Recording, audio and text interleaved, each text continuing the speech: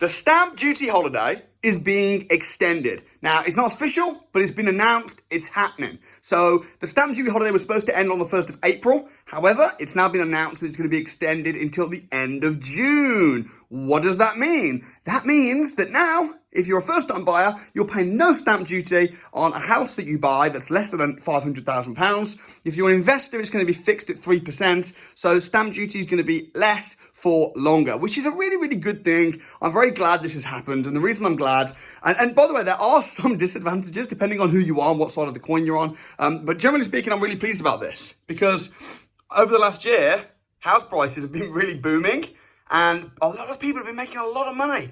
Winners on a Wednesday. Every week I have a winner on a Wednesday and they come on the show because the house market has been booming. Everything else is struggling. Business in general is really bad, but house market's been going really well.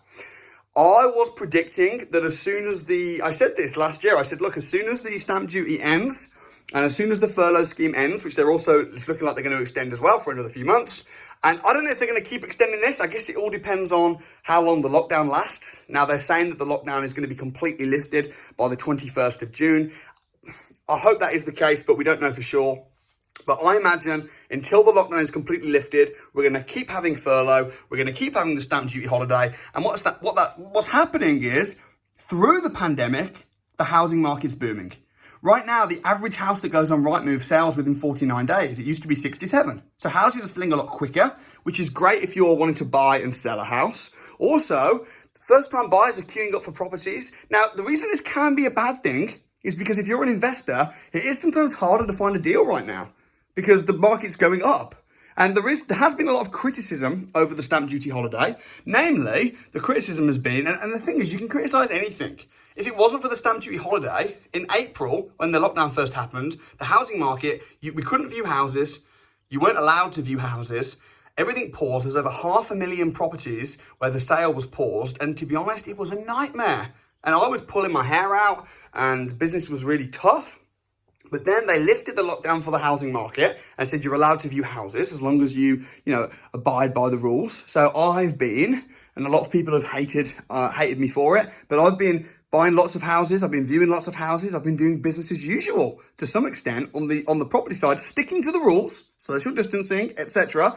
And we've been making lots of money. We've had lots of houses going through. We've been buying, we've been selling, and the property market has been crazy. So the reason I think I'm really pleased about the stamp duty holiday is it means that that's going to continue to happen. There's going to be more boom.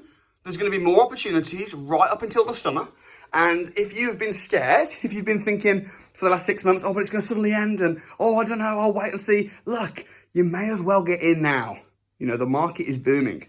Now, the criticism that people have been saying is that, number one, I think the fact that first-time buyers are thinking that the stamp duty holiday is great because it's going to save them on stamp duty, but then they're paying more for the houses because it's pushing the house prices up.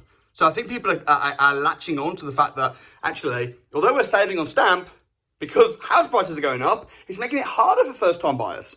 Rents are going up, house prices are going up. So it is making it harder for first-time buyers. For investors, I guess it is a good thing. We of course want the market booming. We want rents going up.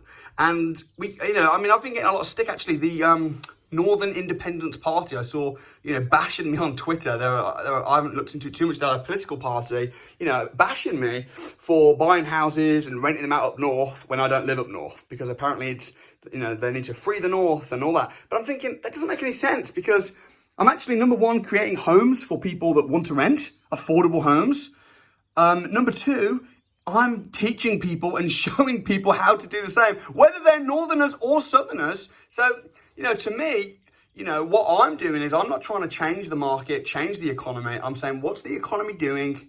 What are the COVID rules? What are the rules? What's happening? And how can I just make money off the back of it? Which is what being an entrepreneur is. And when you're making money, of course, you're adding value, you're solving problems. So anyway, another reason that people are criticising the stamp duty holiday is because one of the reasons that people have been fighting for the stamp duty holiday to be extended another few months is because everyone's saying there's loads of first-time buyers that are in the process of buying a house, and if the stamp duty holiday ends on the 1st of April, there's going to be some people where they might complete just after that. and it's going to mean that they miss out, and it's going to be really annoying for them. But I'm thinking, I mean, that is a bit of a crazy reason to extend it, because that's only going to happen at the end of June again. You're just going to have a different batch of people. So there's a lot of controversy, a lot of conversation about this online. The media are going crazy. I'm pleased that this happened, because I think it's going to keep the market booming, which is going to be great for property investors. I mean, I'm right now. I'm in the process of. I'm about to start. Hopefully, we're completing on a piece of land in Leeds, where we're going to be building some houses. We're going to be building some apartments. So if the market's going up, that's a really good thing for me. If you are not buying houses and you're not going to be ready to buy houses for another year or two, it might be a bad thing, because it means by the time you come in, house prices will be too high. Now, at some point, there's going to be a dip in the market. At some point, when furlough ends and stamp duty holiday ends, the market will dip.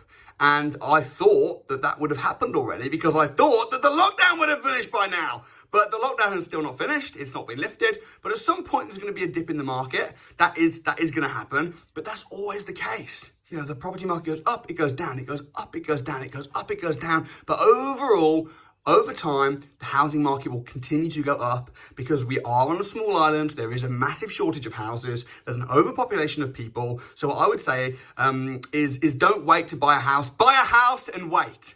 Wait for the capital appreciation. Wait for the income that you're making, but do it properly, do it smart, know what you're doing, get trained, get educated.